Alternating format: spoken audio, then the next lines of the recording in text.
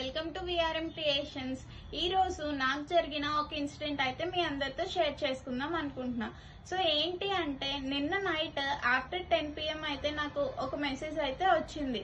So ఈ రోజు morning నాకు ఆ మెసేజ్ చూడగా నాకు చాలా ప్లెజెంట్ గా అనిపించింది. ఫస్ట్ టైం మనకి అవుట్ స్టేట్ నుంచి ఒక ఆర్డర్ అయితే వచ్చింది. సో ఆ మెసేజెస్ ఏంటో మీకే డీటెయిలింగ్ గా చూపిస్తాను రండి.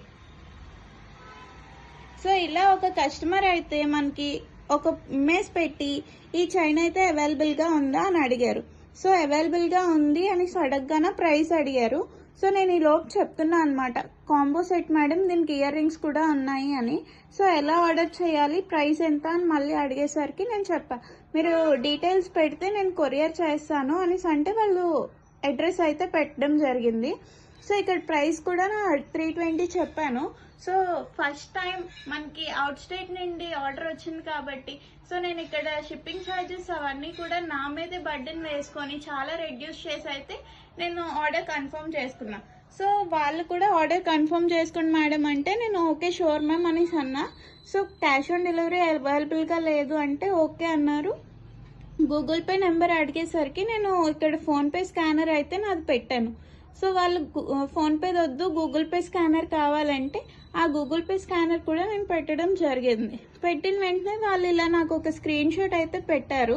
సో 12/19కి ఆఫ్టర్నూన్ 13,200 అయితే నాకు పే చేసినట్టు వాళ్ళు పెట్టారు. సో పెట్టిన వెంటనే వాళ్ళు నాకు ఇలా మెసేజ్ అయితే చేశారు, మేడం నా ఫోన్ హ్యాంగ్ అవుతుంది, సో ఎక్స్ట్రా అమౌంట్ అయితే మీకు వచ్చేసింది, నాకు నా అమౌంట్ రీఫండ్ చేయండి అని. సో నాకు కాల్ కూడా చేశారు. ఈ గ్యాప్లో నేను కాల్ ఆన్సర్ చేయకుండా నేను ఈ గ్యాప్లో ఒకసారి చెక్ చేసుకున్నాను నాకు అమౌంట్ ఏమైనా క్రెడిట్ అయిందా అని. సో నాకు కూడా అమౌంట్ ఏం క్రెడిట్ అవ్వలేదు. నేను వెంటనే నాకు ఇది పెట్టగానే నాకు డౌట్ వచ్చి నేను ఇక్కడ స్కానర్స్ కూడా డిలీట్ చేయడం జరిగింది.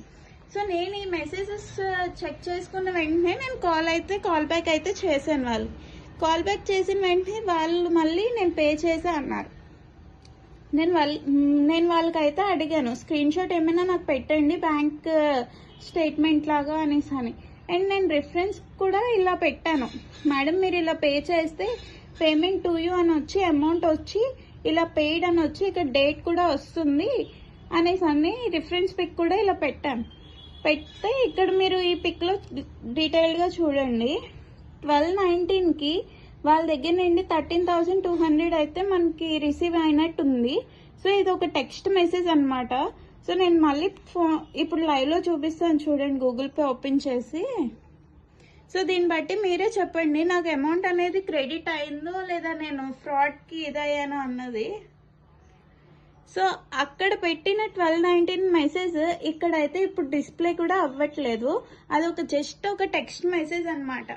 సో నేను ఆ తర్వాత కూడా మళ్ళీ వాళ్ళకి అడిగాను, నాకు స్క్రీన్ షాట్ ఏమైనా పెట్టండి డెబిట్ అయినట్టు మీకు అనేసి. సో దానికి కూడా రిప్లై లేదు. మళ్ళీ ఎందుకు రిప్లై ఇవ్వట్లేదు అని కూడా నేను అడిగాను. స్టిల్ వాళ్ళ దగ్గర నుంచి ఏ రెస్పాన్స్ లేదు, కాల్ చేసినా ఆన్సర్ చేయట్లే, ఏమీ లేదు. సో ఇలాంటి స్కామ్స్ అన్నిటి నుంచి అలర్ట్గా ఉండండి. సో ఆన్లైన్ బిజినెస్ చేసే ఏ బిజినెస్ ఓనర్ అయినా ఇలాంటి ఎక్స్పీరియన్సెస్ అయితే ఫేస్ చేసి ఉండొచ్చు. నేను నా లైఫ్లో అయితే చాలా ఇలాంటివి బిఫోర్గా అయితే చాలా ఎక్స్పీరియన్స్ అయ్యన్నా. సో ఇప్పుడు వచ్చేసరికి ఇది నెక్స్ట్ లెవెల్ అనమాట. సో ఇలాంటి స్కామ్స్ నుంచి అలర్ట్గా ఉండండి. Thank you for watching.